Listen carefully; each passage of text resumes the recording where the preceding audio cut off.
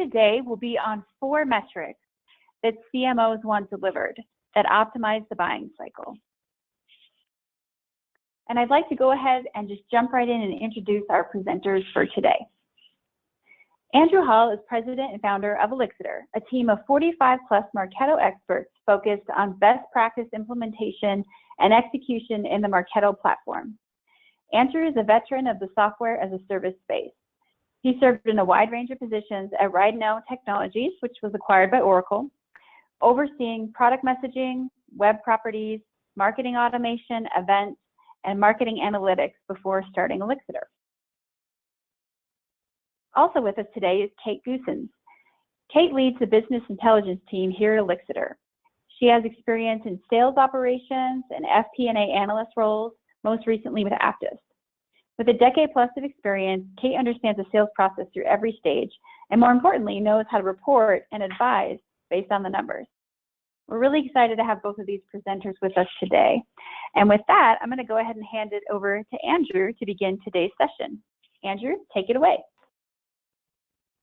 Wonderful. Well, welcome everyone. We appreciate you joining us for our third and final installment on this reporting journey. For those of you that may be starting today with us as the first webinar, don't fear, we have the other 2 recorded for you, and in our follow-up email, we'll make sure that you can grab access to those. And I am confident you'll be able to jump right in with us here as Kate talks about these last set of critical metrics that CMOs, marketing directors, and marketing managers are looking for. So our focus today is going to be on the reporting and analytics and insight around your buying cycle. And for those of you that have joined the last 2, this slide will look very familiar to you because we've been trying to articulate the importance of having these metrics, and how you present them, as I've mentioned in the past, is really up to you. They can come out of the Salesforce and Marketo systems that most of you are using. Many times they are transposed into a spreadsheet or a PowerPoint, and that's okay because it's the quality of the data and the completeness of the data that really makes a difference. And so the pipeline influenced by marketing, you can see in the upper left, the revenue influenced by marketing in the upper right, and all these other squares that you see here. Take a moment to just let your eye roll over all of these, because we're going to be talking about these in some capacity today, whether it's conversion rates, velocity, revenue, and pipeline. And the holy grail for all of us as senior level marketers is to have command of these analytics. And when you do, you can be really confident when you roll into the board meetings or executive meetings or even your other fellow marketers that you really have made your way up the marketing maturity curve, because the organizations we work with and the organizations that make it to answering these sorts of questions really are at the top end of today's digital marketing maturity curve. And that's really what we would love to see all of you get to. And it's a journey, and Kate's been expressing that over the last couple webinars, that a lot of this doesn't happen overnight, but you definitely need to take the steps. And we've tried to break it down over the last 3 webinars, so it is a stepwise fashion that you can start down this journey. So with that, I'm going to pass it over to Kate for the core of this webinar around the analytics of your buying cycle. Kate? Great, thanks, Andrew. So if you joined us last webinar, we talked a lot about attribution reporting, so how much marketing has influenced pipeline and revenue. And today our focus is really about those metrics to report along the buying cycle. And so there's a lot of great metrics out there on this topic, and we're just going to focus on 4 today, but we don't want you to only think that these are the only 4 metrics, because we could cover many more, but these are the 4 top ones that we really want to focus on today. So there's 4 key metrics that we want to start with. One is top channel sourcing pipeline and revenue generating records. So if you joined us in the last webinar, we talked a lot about multi-touch attribution reporting and how it's really important to identify top channels and programs that have had a lot of impact throughout the buying cycle. And this first one that we're going to focus on is really looking at more of a first touch attribution report. And so we want to start measuring which channels are bringing in the most quality leads, not necessarily the volume, but quality of those leads. And then we want to focus your efforts on those top sourcing channels. So I want to give you a quick example. So when we say sourcing channels, what we really mean is, for example, websites. So website would be the channel, and then the program would be like contact us. And so when we're looking at the sourcing channels, a website channel, a trade show channel, and we want to know of those two sourcing channels, those records that are being acquired via those channels, do they go on to be attached to an opportunity? Do they become a customer? And then we want to start measuring and tracking which of those channels are really bringing in the most quality leads that go on to become a customer. Then we're going to talk about top channels and programs converting records to key milestones. So in the first metric we just talked about, we're really looking at that first touch, how we acquired them, new names in your database. The second is really looking at, of your buying cycle, there are key stages, and you should have those defined stages so that when you're looking at which programs are moving records to those stages, we can start seeing some trends. And so that's really what that next metric is going to talk about, and we'll go into some details of how to look at that and why it's important. Then we're going to look at conversion rates from acquisition to customer. This is a really good indicator of how records are moving through your model. And when I say model, I'm really talking about that lead to sales process. And so we'll talk through why this is important, areas that the conversion rates can actually show for maybe you need to revise some of the criteria or you need to make some adjustments. And this is really a metric that's going to help you get there. And then we're going to talk about velocity, which is our last metric that we're going to go through today. So throughout the 3 webinars, we really are focusing on what marketing has impacted on pipeline and revenue. And today we're focusing on some of those metrics that optimize the buying cycle. And one of those is really velocity, which is looking at not just opportunities that are being created day to day and then how long it takes for those to get closed, but we're actually starting from when you actually obtain that new name in your database all the way to when they became a customer. We're looking at the number of days it's actually taking from the very beginning to the end to see on average how long is it actually taking. And that's a really key metric that we want to identify. And so that's what we'll end on today, is the velocity of records from acquisition to customer. So with that, we're going to start with top channel sourcing pipeline and revenue generating records. So let's dive into this one quickly. When we began this, we really talked at the very beginning of defining sourcing channels, defining the channels and aligning those lead sources. We also made, we made it something that we wanted to get across, that tracking lead source and acquisition program is so important. And I think we've mentioned it multiple times throughout these 3 webinars, and it really comes down to, if you're tracking and defining your channels correctly, we can then take that data and start measuring what's working, what's not working. And the next is really identifying those sourcing activities that are acquiring those new names that are going on to generate pipeline and revenue.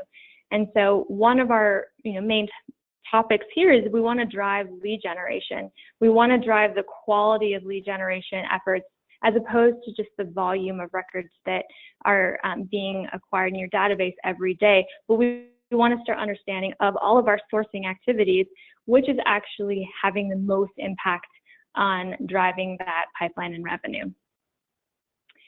So at the end of the day, we've talked about this as well, but communicating the results. It's okay to communicate maybe what's working and not working. If you're seeing trends and things maybe not working, you may want to consider adjusting that initiative or changing your approach. And that's really important. Is the results are great, but it's actually looking at the results and identifying trends to see if you want to continue with specific programs or if you want to focus on others that are really having a big impact. that leads me to the next metric, which is top channels and programs converting records to key milestones. So tracking every step of the buying cycle is really helpful, and it provides insights into those top programs that are really pushing records to key milestones. What I mean by that is we're wanting to understand which programs may have had the most impact on records that we're moving to a marketing qualified stage in your buying cycle. And this is really looking more at a last touch metric, and we're trying to see if we have trends in different stages of the buying cycle. And defining that marketing structure based off of those results is really key when you're starting to look at which programs have the most impact. For example, if you're looking at your webinars that you might be doing, you may notice that the webinars are having a really big impact on those records that move to an opportunity stage in your buying cycle. And that's important to understand because it may actually help you identify or structure some of your programs for next year or even the next quarter. So at the end of this 3-part webinar, it's really what we want you to come away with is not only just the numbers and the metrics to focus on, but taking the numbers, taking the metrics, and leveraging those metrics to make business decisions, identifying programs that might not be engaging records, and then identifying those that are. I think that's a really important call out. And then I think one of the main points too is that there's different marketing touch points throughout that buying cycle. And it's important to understand what those are. And it's important to not only understand, but identify the programs. So next one we're going to talk about is conversion rates. So we just covered a lot on channels and programs, understanding which channels are sourcing those records to go on to become a customer, and then actually looking at the programs that are pushing records to those specific milestones within your buying cycle. But we also want to focus on the conversion rates, essentially from acquisition to customer. And what we mean by that is we want to look at from the very beginning when you are obtaining those new names in your database all the way to when they become a customer, what that looks like. Conversion rates are really a good indicator of how records are moving through your buying cycle. And it gives a lot of good information. It's not just how many records are flowing through, obviously, but it's also identifying if there's any gaps in the process or any roadblocks. But one of the key things is it really measures the effectiveness of the model. And again, when I mean model, I'm really talking about that lead to sales process and that, that defined process throughout that buying cycle. It also provides transparency. One of the things with conversion rates is you can start to see what conversion rates from one stage to the next stage, maybe quarter over quarter, year over year. But I think the big takeaway is that over time, when you're looking at those conversion rates, you may want to continue to revise and adjust. This is an ongoing process. In order to keep tracking and trending those numbers, you're going to consistently see if things need to be, maybe processes need to be adjusted or roadblocks need to be identified. And it really helps refine that qualification criteria, because at the end of the day, through this, with all of the metrics and all, what the numbers and the trends are showing you, you're going to get more qualified buyers, but it's really based off of taking that data and then leveraging it, using that to make some business decisions based off of what you're seeing. But without the metrics, you're not able to make those decisions. And that's really key. We just talked about those programs and those channels that are sourcing these records that go on to, build pipeline and revenue. But without having those properly tracked in Marketo, or if you're not even tracking those engagements, it's really hard to identify what's working and not working. And I think that's key. It's okay to understand that there are times when something may not be working. And so velocity of records, and this is really looking at the time. We talk a lot about the programs, the channels, which are performing the best, which has had the most impact on pipeline and revenue. but we also want to understand how long is it actually taking for a record to a new name come into your database all the way to that to become a customer. And a lot of times there are multiple types of metrics you can look at. For example, you could look at from opportunity create to opportunity close and look at that amount of time it's taking or between different stages. But at the end of the day, it's important to understand what's happening even before an opportunity is created. And that's really key. And that's what we want to point out here is that you want to measure the time records are moving through the buying cycle to better understand how long it takes for a new record to become a customer. And I think one of the important things to note too is when you are looking at how some of your programs may have performed, you may have to take into account that you may not see that right away. And so identifying the length of that full buying cycle to then understand how long you should wait or how long you're expecting to wait before you see those results. And that's okay. But I think the important thing is you want to know what that looks like. And we also, at the end of the day, we want to speed up the buying cycle. And through that, here we've identified some key things. For example, we want to know the number of sales touch points and the number of marketing touch points. Not only do we want to understand what happens after a record is passed over to sales, but we need to understand what that looks like. And again, we mentioned this a lot through these last two webinars. And again, today is just identifying roadblocks, because that's really important once you've identified them, but then finding the solution to resolve, and then identifying any gaps that you may come across in the process. I think that's really important, and in order to make those adjustments, and then just approving it. And again, in the last slide I talked about, it's a continuing thing. You don't want to just look at the metrics one time. You want to continue to track and measure them and then make those adjustments as needed. And then aligning marketing and sales, understanding through that buying cycle different, like I said, touch points that marketing and sales has, as well as how long it actually is taking to get those records through that buying cycle. And then just at the end of the day, adjusting your strategy based on results.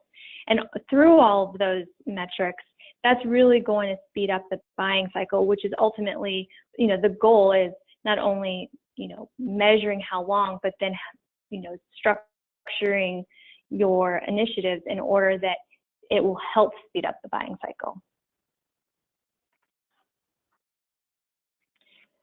So we want to optimize the buying cycle. Obviously, that's, our main topic today.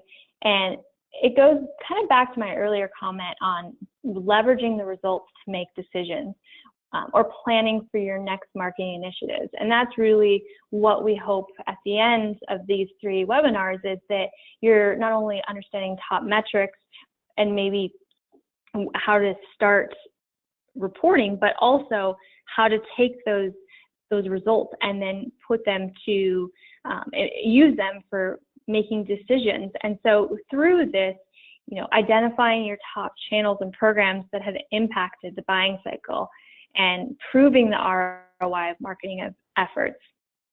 And we talked last time a lot about increasing marketing's contribution to pipeline and revenue, but it all ties together. If you're tracking all of your sourcing channels to understand of the new names you're acquiring who go on to become customers, you can start to identify trends that you can start leveraging in your everyday business. And we just talked about speeding up the buying cycle, but we want to structure those marketing initiatives based on the results, looking at which programs are really pushing records to specific milestones within your buying cycle. And then again, continue to refine the process. This is not something you look at once, but you want to continue to look at over time. And then again, keep adjusting and using those to plan for the next marketing initiative, the next year. But also always identifying roadblocks that have impacted the quality of records that are moving through that buying cycle. And then really aligning marketing and sales. We've talked about this a couple of times, but this is really important, especially when you're looking between marketing touch points and sales touch points, but also just the process of moving records from specific stages. and then just identifying what's working and what's not working. So again, it's just a continuation of looking at the metrics, identifying what's working, seeing those trends, and then really making those business decisions. That's really going to help optimize the buying cycle at the end of the day.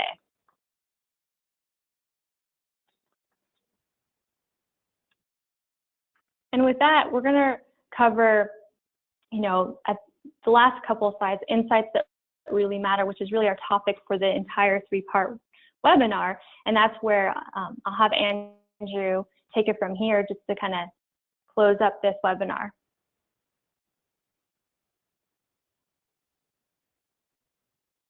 All right. Thank you, Kate. Well, that is the ultimate question, isn't it? Do you have the insights that matter? And over the last 2.5 months, as we've done this webinar series, we've started with trying to answer that question and get you along to the metrics that will give you the insights that matter. And it can feel like a puzzle piece, to be honest with you. You get one piece of the puzzle identified and fixed within your organization, and you realize or see that you've got many more puzzle pieces that you have to fit together. And my encouragement for all of you is just to start with one of the puzzle pieces and keep snapping them in. And you can come back and reference this webinar to see which puzzle pieces you should be going after. And some of these could be, a multi-month endeavor for you internally within your organization to get the report in place, or make some of the just process systematic changes with Marketo and most likely your Salesforce system to get those top channels identified and cleaned up and aligned with Salesforce, for example. So keep at it. That's my recommendation for everybody here. And there's a lot of terms and takeaways that we've covered over the last couple webinars. And if you are not familiar with them, I hope you are now, and you can speak that language and understand through many and much of Kate's comments what the context of those different terms are, whether it's conversion or velocity or channels and programs. And that just makes you a better marketer, that you at least know what those metrics are and why they're important, and then being able to take that next step down to implementing them inside your company and actually getting to the point where you can get to all these takeaways, right? This looks somewhat like the Star Wars roller screen at the beginning and end of the movie, but those credits are important, and driving and planning and budgeting and getting to these insights is what we want to see you do. And so lastly, just to wrap up, and we are happy that we're able to do a webinar in a half hour. I think that's always the goal, is to be able to communicate a handful of important nuggets in a short amount of time, so you can take them away to your organization. But we started the whole webinar series with this slide, and I think it's appropriate that we're ending on it, is don't be afraid to go after these. Take them one at a time and start to tackle it, so you know your top lead sources, you know your top programs, your conversion rates, your revenue, and your pipeline. And when you get all those together, even if Elixiter isn't the consulting agency that's helping you along, if you're doing it internally with your team, we'd still love to hear from you and see how you've been successful, because it is a lot of disciplined work to get here. And the marketing organizations that do are the ones that, as I mentioned earlier, really are up that marketing maturity curve. And it is doable. We see the organizations we're working with do this. I've experienced it in my previous positions, and it is possible and doable. And the exciting thing about this, and I'll leave this with you as we close this up for questions, is the technology really is there to do this today. In 5, 6, 7, 8, 9 years ago, it was really, really challenging even to have systems in place that could even do this for you. And there was so much offline work. And I know for those of you that have been in this capacity for a while, you're probably shaking your head yes on the other end of the webinar, saying, oh yes, it's so much offline work. And you may even be doing a lot of offline work where you're pulling different system data together to get metrics that may resemble these. But the nice thing is Marketo and the maturity of the system over the last 7-8 years, you really can do this. You get the systems organized, and the reporting and the capabilities absolutely are there. So I'd encourage you to go after it. And with that, we'll open it up to questions, probably directed towards Kate, not me, but we'll see what kind of questions have come in. Laura? Great, thanks, Andrew. Yes, I have a few for Kate. I'm just going to jump right in here. Kate, this first one, if we currently do not have a model built or a process defined, and I think they're referring to the lead to sales process here, do we need to go through that process first before we can report on these metrics? Great. So we do recommend defining that process and making sure that that lead to sales process is currently defined, because it makes reporting very difficult without that model, that lead to sales process in place.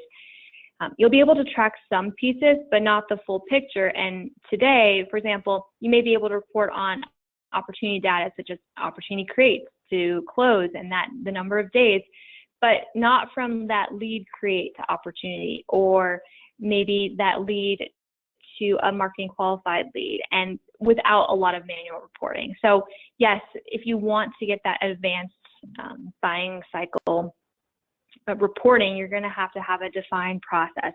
In addition, I think with a good takeaway too is without a defined process in place, your metrics may not be reliable, and that's really critical for successful reporting.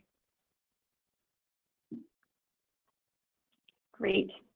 Perfect. Okay, next question. We talked a lot about attribution reporting in the last webinar. How can we relate those metrics or data points to the buying cycle metrics we talked about today? So yeah, we did talk a lot about attribution reporting. I think in the first 2 webinars, we spent a lot of time focused on those channels and programs and how marketing has impacted pipeline and revenue. But at the end of the day, without those programs being tracked, we wouldn't be able to see which programs are pushing records to specific milestones within that buying cycle. One of the examples I said during this webinar today was that you want to identify the programs that may be pushing records to an opportunity stage within your sales cycle, and that's really important. But you're not able to do that without stepping back and making sure that your programs and your channels are defined and being tracked, as well as looking at how they're impacting the full buying cycle. So all of these metrics really work together. They have the same ultimate goal of impacting pipeline and revenue, whether that's trying to speed up the buying cycle to understanding which channels and programs are influencing pipeline and revenue. These metrics, they're really important to understand the full impact of marketing. Okay, next question. It was mentioned in the last webinar that a reporting tool is needed for advanced attribution reporting, and this person would like to know, is that the same for the buying cycle metrics? So correct. So we did talk a lot about that last webinar. And again, for the advanced buying cycle metrics that we discussed, conversion rates between different stages within the buying cycle and the velocity, you will need an advanced reporting tool. And tracking how records are moving through your defined process is really important, and you're going to have a tool. But know that there's a lot of great reporting tools that are available that they have attribution and that funnel model reporting. So just make sure to choose the right reporting tool for your business, specifically when you're looking or when you're identifying those metrics, identifying what tool is going to be the best specifically for the metrics you're trying to answer.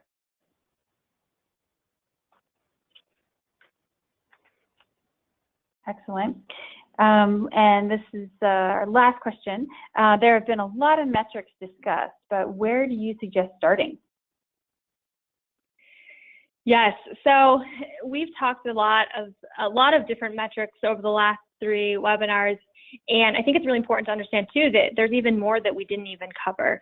But I think you want to start kind of at the foundation, the basics. And we covered this at the first webinar that's really talking about accurately tracking channels and programs and making sure that setup is done correctly at the beginning.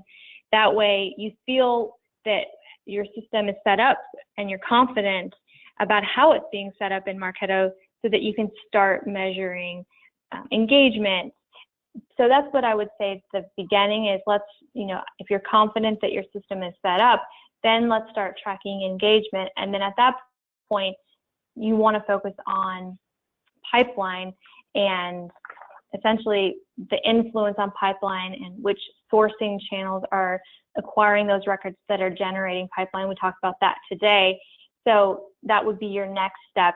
And then depending on the length of your buying cycle, your next focus should be then on that, measuring and analyzing what marketing has had impact on that revenue, and then really identifying those metrics on the full buying cycle. So that's kind of the outlook. Hopefully it gives you a good sense of where to start and the areas to focus on. But again, I think going back to the very beginning, once you feel confident that you're tracking your programs and channels in Marketo and, starting at the very beginning of tracking that engagement and then moving into those attribution metrics. And then at the end of the day, you want to see the full buying cycle. So start there. And then at the end, you don't have to take on all of these metrics we've identified. I think Andrew mentioned it. There's a lot here, and maybe just tackle one or two at a time, but definitely start at the very beginning of just making sure the system is set up accurately and properly. Great. Thank you, Kate. Well, that was our last question. And so with that, we'll wrap it up. If you would like more information, you can email Andrew at elixiter.com. It should also be there on your screen. And we just want to thank you for your time today. Thanks for joining us for this series. We'll have this posted online, and we'll be sending these out